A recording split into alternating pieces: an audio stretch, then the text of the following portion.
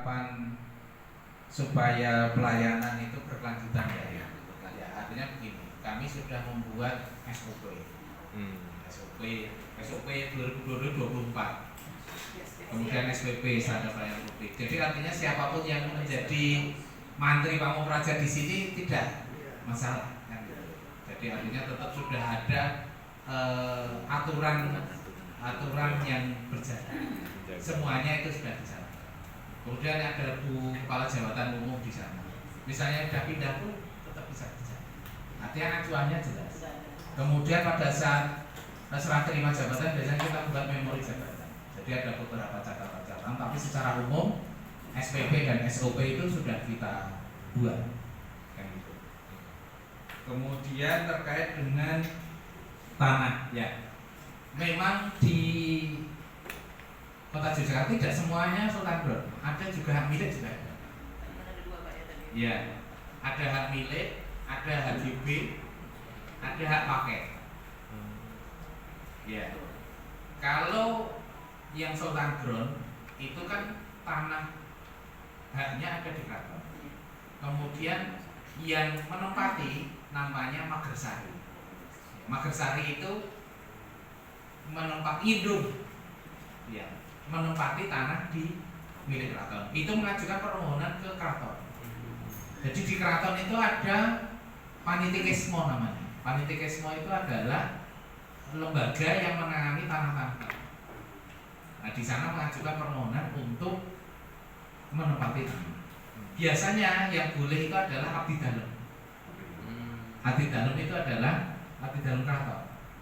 Ya, menjadi abdi dalem itu kan daftar, kemudian nanti ada seleksi, ya bukan seleksi, ada evaluasi dan sebagainya, nanti diterima, biasanya lebih diprioritaskan. Di luar itu nanti kita ada hak milik juga. Nah, hak milik itu nanti yang berbeda namanya, ya seperti sertifikat biasa, hak milik. Kemudian HGB, hak guna bangunan, itu juga biasanya 15 tahun atau apa begitu. Jadi terkait dengan, dan itu semuanya bersertifikat. Ada sertifikatnya, cuma sertifikatnya berbeda-beda nomenklatur. Gitu. Jadi sebenarnya kalau masalah tanah yang beda, makanya itu diatur di Undang-Undang Keistimewaan. Kemudian Pak Rusdi, Pak kasih terangkat ya. Kiat-kiat tidak ada pelanggaran perda. Kita kiatnya adalah bersama masyarakat.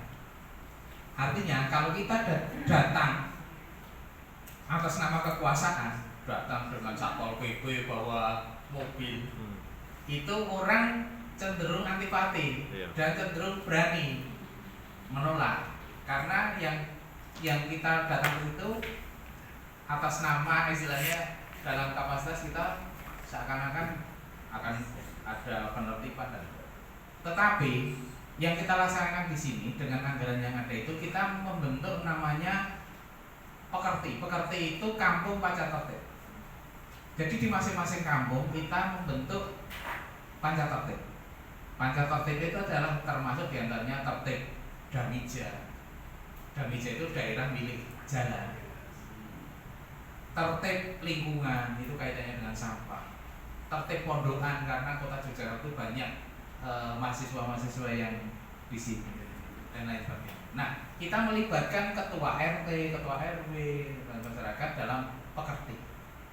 Nah, pekerti itu nanti termasuk di situ ada jaga warga. Jaga warga itu kamar di wilayah.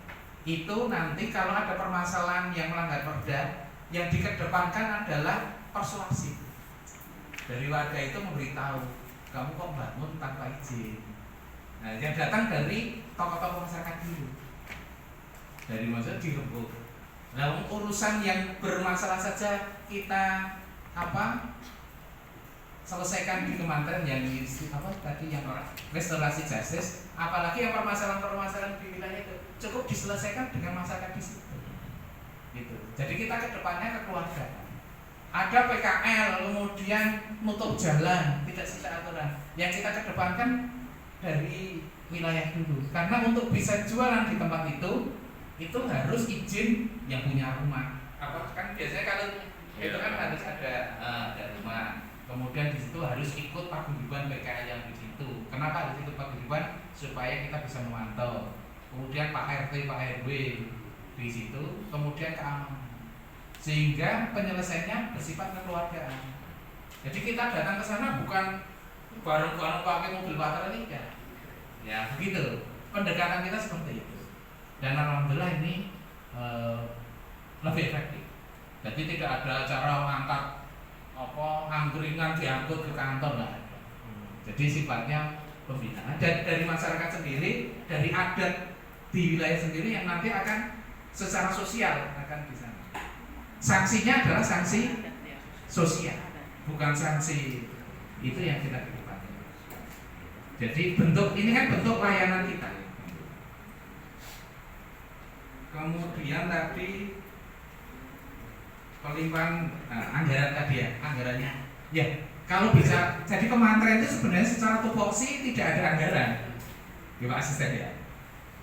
Kan korelasi anggaran itu bicaranya dengan kewenangan. Kementerian itu nggak ada kewenangannya.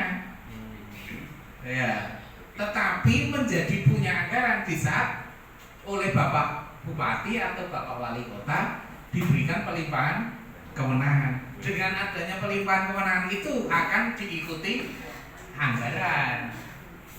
Jadi ada tidak anggaran dulu baru, karena sekarang anggarannya berbasis kinerja. Berbasis kinerja. Jadi yang keluar dulu adalah kewenangannya dulu. Nah, Pak Camat itu diberi kewenangan apa? Sepanjang itu tidak ada yang tidak